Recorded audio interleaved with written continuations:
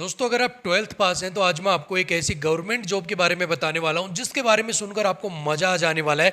क्योंकि इस government job के सिलेक्शन के लिए ना ही तो आपको किसी फिजिकल की ज़रूरत है, ना ही आपको हाइट कम है ज़्यादा है इस टेंशन की ज़रूरत है। इसके अलावा एक सिंगल एग्ज़ाम के बेस पर आपका सिलेक्शन करवा दिया जाएगा।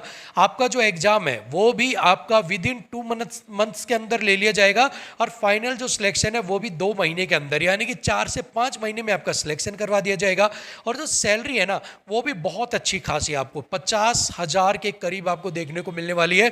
इसके अलावा सभी जो अलाउंसेज है वो भी आपको यहाँ पर मिलने वाले हैं। जितनी भी गवर्नमेंट हॉलीडेज हैं वो भी आपको यहाँ पर मिलेगी। ऑफिस का वर्क आपके लिए रहने वाला है और इसके अलावा परमानेंट जॉब भी आपके लिए रहने वाली है। सो अब आप पूछोगे कि सर इतनी सारी खूबियों वाली ये कौन सी जॉब है, जल्दी से आप हमें बता दीजिए क्योंकि हम भी 12th पास है और हम इस जॉब के लिए अप्लाई करना चाहते हैं। तो अगर आप इस जॉब के बारे में जानना चाहते हैं, इस शानदार भर्ती के बारे में जानना चाहते हैं, तो आपको ज़्यादा कुछ नहीं करना है, वीडियो को एंड तक देखना है। हर एक डिटेल आपके साथ यहाँ पर मैं शेयर करने वाला हूँ। अगर आप थोड़ी बहुत डिटेल जान लेंगे, थोड़ी बहुत डिटेल देख लेंगे और उसके बाद पूरी वीडियो को नहीं देखेंगे तो आपको लास्ट तक बहुत सारी ऐसी चीज़ें जो आप मिस कर दोगे और फॉर्म भरते वक्त आपको उन सारी चीज़ों में दिक्कत आएगी। सो वीडियो को एंड तक आप जरूर देखना। सो चलिए बिना किसी देरी के वीडियो को स्टार्ट करते हैं।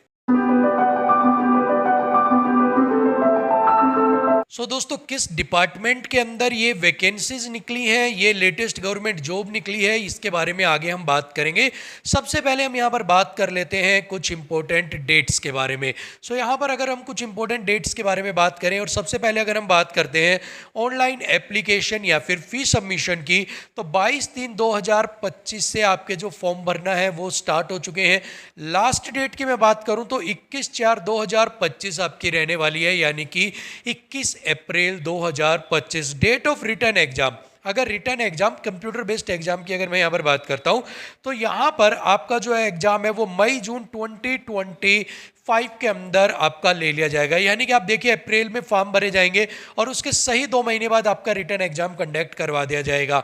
अगर प्रोफेंसी टेस्ट या कंप्यूटर टेस्ट की यहाँ पर बात करें तो वो आपका मंथ ऑफ जून के अंदर जो है वो ले लिया जाएगा और जुलाई और अगस्त के अंदर, जैसा मैंने आपको बोला था कि सिर्फ 5 महीने के अंदर आपका जो है सिलेक्शन प्रोसेस कंप्लीट करवा दिया जाएगा, तो जुलाई और अगस्त के अंदर आपका जो सिलेक्शन प्रोसेस है उसको यहाँ पर कंप्लीट करवा दिया जाएगा। सो है ना बहुत फास्ट सिस्टम। अब आप बोलोगे सर ये तो सिर्फ लिखने के लिए तो नहीं है, कभी कभी पता लगे भर्ती जो है वो डिले हो जाए या ये सिर्फ लिख दिया बाद में इनमें चेंज कर दिया जाए। तो देखिए ये जिस डिपार्टमेंट के अंदर वैकेंसी निकली है ना वहाँ पर इस तरह की चीज़ें नहीं चलती है कि लिख दिया कुछ और करवाया कुछ। यहाँ पर अर्जेंटली नीड होता है तभी जो नोटिफिकेशन है वो यहाँ पर आउट की जाती है। सो यहाँ पर जो नोटिफिकेशन है तभी आउट की गई है जब यहाँ पर ज़रूरत है, यहाँ पर रिक्वायरमेंट है आप जो काम करने वाले लोग हैं इनकी। सो यकीन मानिएगा within 5 months, within जो 5 मंथ्स है उसके अंदर आपकी भर्ती प्रक्रिया कंप्लीट हो जाएगी। नेक्स्ट अगर मैं पोस्ट डिटेल की बात करता हूं तो यहाँ पर पोस्ट निकली है ग्रुप सी नॉन गैजेटेड पे लेवल 2 की और यहाँ पर पहली निकली है जूनियर सेक्रेटरिएट असिस्टेंट की। ठीक है, जूनियर सेक्रेटरिएट असिस्टेंट JSA जैसे की पोस्ट निकली है। ठीक है, यहाँ पर कितनी पोस्ट है आपकी 177 पोस्ट है। ठीक है, इसके बाद यहाँ पर क्वालिफिकेशन क्या मांगी गई है 10+2 यहाँ पर मांगी गई है, कंप्यूटर के अंदर आपको टाइपिंग आनी चाहिए। ठीक है, एज लिमिट की बात करें तो 28 ईयर्स मैक्सिमम एज लिमिट यहाँ पर JCA के लिए रखी गई है। पे स्केल यहाँ पर आप देख सकते हैं 63,200 तक आपका पे स्केल रखा है, अलाउंसेज वगैरह अलग से इसमें ऐड किए जाएंगे। नेक्स्ट जॉब निकली है जूनियर स्टेनोग्राफर की, यहाँ पर 32 वैकेंसीज आपकी निकली है।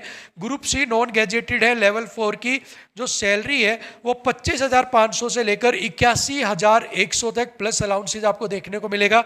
10+2 यहाँ पर आपसे मांगी गई है प्लस कंप्यूटर टाइपिंग जो है उसकी नॉलेज आपको होनी चाहिए और एज लिमिट जो है वो यहाँ पर 27 रखी गई है। ठीक है, अब यहाँ पर टोटल जो वैकेंसीज है वो कितनी बनती है इन अगर हम ऐड करते हैं JCA को और जूनियर स्टेनोग्राफर को तो वो बनती है 209 वैकेंसीज। ठीक है, तो अभी आप बोलोगे सर 209 वैकेंसीज, अभी 209 वैकेंसीज में क्या हो पाएगा, इसमें तो अब इतनी वैकेंसीज होती है तो हम फॉर्म भी फिल नहीं करते जब तक हमें 20,000 वैकेंसीज ना मिले, जब तक हमें 30,000 वैकेंसीज ना मिले। सर हम पैसा वेस्ट क्यों करें, हम इतने पे फॉर्म क्यों भरे। तो देखिए ये जो डिपार्टमेंट के अंदर फॉर्म निकला है ना इसको सबसे पहले तो बहुत कम लोग जो है ना वो फिल करते हैं। ठीक है, सेकेंड यहाँ पर 209 वैकेंसी देखकर जैसा आप सोच रहे हो ना ऐसे बहुत सारे लोग सोचेंगे और फॉर्म को फिल नहीं करेंगे।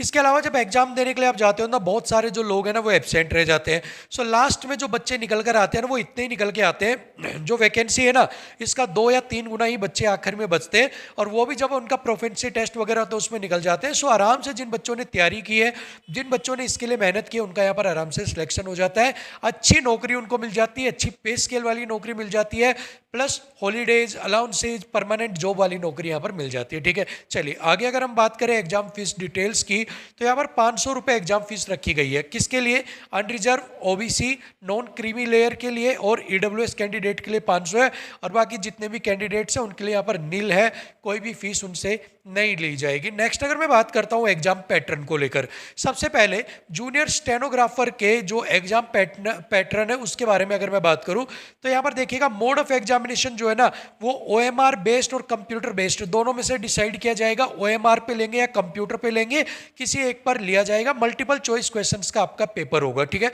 अब यहाँ पर क्वेश्चंस जो है वो बहुत इंग्लिश एंड हिंदी से जो है आपसे पूछे जाएंगे। ठीक है, 10+2 स्टैंडर्ड का एग्जाम होगा, 200 क्वेश्चंस आपसे यहाँ पर पूछे जाएंगे, 2 घंटे का जो टाइम है वो आपको यहाँ पर दिए जाएंगे। मल्टीपल रीजनिंग, मैथ्स वगैरह से रिलेटेड सवाल आपके यहाँ से पूछे जाएंगे। इसके बाद प्रोफेंसी टेस्ट भी आपका होगा। प्रोफेंसी टेस्ट के अंदर क्या होगा? इंग्लिश और हिंदी। यहाँ पर प्रोफेंसी टेस्ट में 10 मिनट का टाइम दिया जाएगा और 80 वर्ड पर मिनट, हिंदी या इंग्लिश में 80 वर्ड पर मिनट की टाइपिंग आपकी स्पीड होनी चाहिए। आपकी यहाँ पर स्पीड ये मांगी गई है।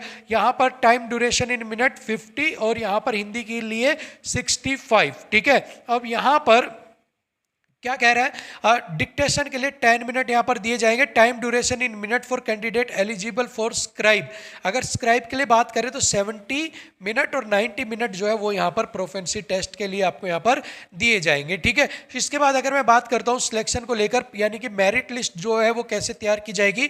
जो प्रोफेंसी टेस्ट है वो आपका क्वालिफाइंग नेचर रहने वाला है। ठीक है, फाइनल मेरिट लिस्ट जो बनेगी वो रिटन एग्जाम के बेस पर बनेगी, यानी कि सारा दामोदार जो है वो सिर्फ और सिर्फ किसके कंधों के ऊपर है? रिटन एग्जाम पर। अगर रिटन एग्जाम आपने क्लियर कर लिया है तो आप यकीन मानिएगा आपका फाइनल सिलेक्शन भी यहाँ पर हो जाएगा। ठीक है, अभी यहाँ पर अगर बात करते हैं the merit list will only comprise of those candidates who have qualified the proficiency test in stenographer, यानी कि जो भी कैंडिडेट्स यहाँ पर स्टेनोग्राफर के प्रोफेंसी टेस्ट को क्लियर कर लेगा सिर्फ उसी का ही नाम मेरिट लिस्ट में आएगा, बाकी जो कैंडिडेट्स हैं उनका नाम यहाँ पर नहीं आएगा। नेक्स्ट अगर एग्जाम पैटर्न की बात करता हूँ जेएसए के लिए, तो जेएसए के आगे जीएन, एफएएन, एसएएनपी है। तो यहाँ पर देखो जीएन का मतलब होता है जर्नल, एफएएन है फाइनेंस एंड अकाउंट्स, और एसएंडपी का है सोप एंड परचेज का। ठीक है, सो इनके अंदर आपकी पोस्ट ये निकली हुई है। अगर इनके एग्जाम पैटर्न की बात करें तो वहां पर भी आप देखेंगे कि आपका हिंदी और इंग्लिश जो लैंग्वेज है दोनों के अंदर आपको मिलेगा। ओएमआर बेस्ड आपका जो है आपका पेपर होगा या फिर आपका ऑनलाइन होगा, ये बाद में डिसाइड किया जाएगा। +2 लेवल के ऊपर आपका ये एग्जाम रहने वाला है, 200 नंबर का होगा, 2 घंटे 30 मिनट का जो टाइम है वो आपको यहाँ पर दिया जाएगा। अब सेम अगर मैं पीछे बात करूँ, शायद मैं बताना भूल गया, 2 घंटे का जो टाइम है वो आपको दिया जाएगा जूनियर स्टेनोग्राफर के रिटन एग्जाम के लिए। ठीक है, चलिए आगे अगर हम यहाँ पर बात करते हैं, आपका जो पेपर होगा, एग्जाम पैटर्न होगा, वो 2 सेक्शंस के अंदर कंडक्ट करवाया जाएगा। फर्स्ट यहाँ पर करवाया जाएगा आपका मेंटल एबिलिटी टेस्ट, जिसके अंदर 100 क्वेश्चंस होंगे। ठीक है, 200 मार्क्स मैक्सिमम होंगे। इसके अलावा नेगेटिव मार्किंग यहाँ पर नहीं होगी। 90 मिनट का समय आपको दिया जाएगा। ठीक है, 2 नंबर होंगे एक करेक्ट आंसर के लिए। इसके बाद सेकेंड पेपर आपको 1 घंटे का टाइम दिया जाएगा, जिसमें जनरल अवेयरनेस के 50 क्वेश्चन होंगे और इंग्लिश लैंग्वेज के 50 क्वेश्चन होंगे। 150 नंबर का ये पेपर होगा।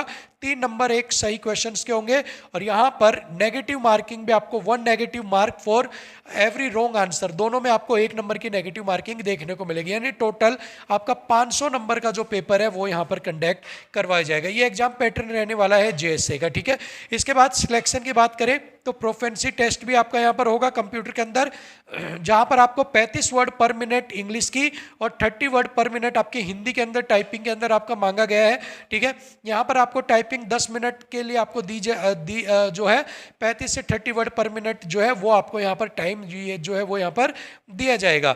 मेरिट लिस्ट की बात करें तो क्वालिफाइंग इन नेचर के अंदर प्रोफेंसी टेस्ट होगा। रिटन एग्जाम जो है आपका पेपर 1 के मिनिमम कट ऑफ अगर आप मार्क्स लेते हो, आप paper 1 of the written examination वो है वो भी क्वालिफाइंग नेचर का होगा।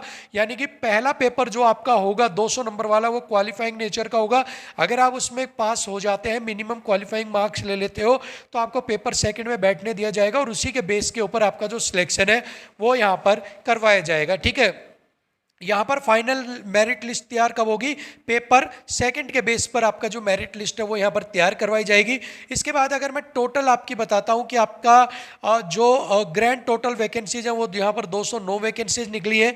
अलग अलग आपके डिपार्टमेंट है, CSIR, CRRI, CSIR headquarter, CSIR IGIB, CSIR NIS EPR, CSIR NPL, इनके अंदर आपकी पोस्ट निकली है GSA journal, GSA finance account, GSA soap and परचेंस और जूनियर स्टेनोग्राफर। इनकी यहाँ पर टोटल पोस्ट निकली है। 209 पोस्टों के ऊपर नोटिफिकेशन आपकी आउट की गई है।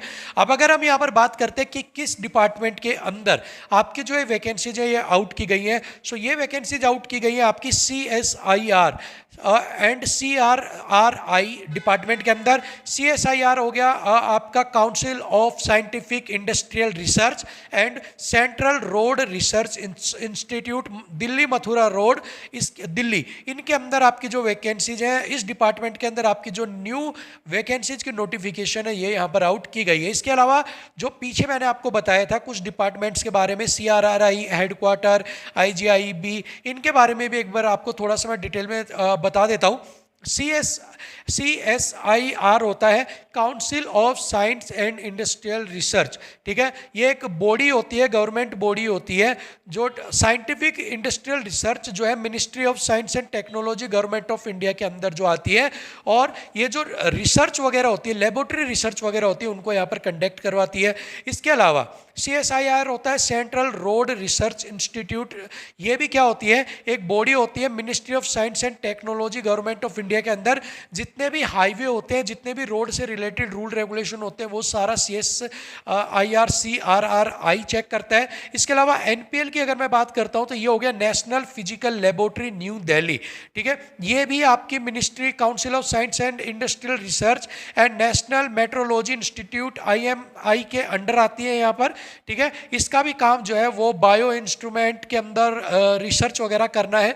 इसके अलावा अगर बात करते हैं NIS CPR, तो ये हो गया national institute of science communication and policy research new Delhi. ये भी जो आपकी जो पॉलिसीज बनती हैं, जो नए नए रूल्स बनते हैं, उनको यहाँ पर रेगुलेट करती है। इसके अलावा अगर मैं बात करता हूँ IGIB, जो institute of genomics and integrative biology New Delhi, so ये इसका जो काम होता है वो भी रिसर्च का, यहाँ पर पॉलिसी रिसर्च का काम होता है। जो फिजिकल लेबोरेटरी वगैरह जो होती है, हेडक्वार्टर्स वगैरह होते हैं, उनके अंदर रिसर्च वगैरह का यहाँ पर काम आपका होता है। ठीक है, सो सारे डिपार्टमेंट्स का काम आपको बता दिया। बहुत ही शानदार आपके लिए जॉब वैकेंसीज है। अगर 12th पास है तो आपके लिए बहुत शानदार मौका है एक अच्छी गवर्नमेंट जॉब पाने का, जो 5 महीने के अंदर आपकी भर्ती प्रक्रिया को कंप्लीट करवा देगी। 81,000 रुपए तक मैक्सिमम आपको सैलरी मिल रही है स्टेनोग्राफर के लिए, 70,000 रुपए तक सैलरी मिल रही है आपको GSA के लिए। इसके अलावा आपका एक सिंगल एग्जाम बेस्ड आपका सिलेक्शन करवाया जाएगा, कोई फिजिकल भी नहीं है। सो इससे रिलेटेड अगर आप एलिजिबल हैं तो, और अगर आप फॉर्म को फिल करना चाहते हैं तो इसका जो लिंक है वो आपको मैं डिस्क्रिप्शन बॉक्स में दे दूंगा, वहां से जाकर आप जो है इस फॉर्म को फिल कर सकते हैं। बाकी इस भर्ती से रिलेटेड अगर कोई डाउट है तो कमेंट बॉक्स में पूछना मत भूलिएगा। और फिलहाल के लिए भर्ती में इतना ही। थैंक यू सो मच, नमस्कार।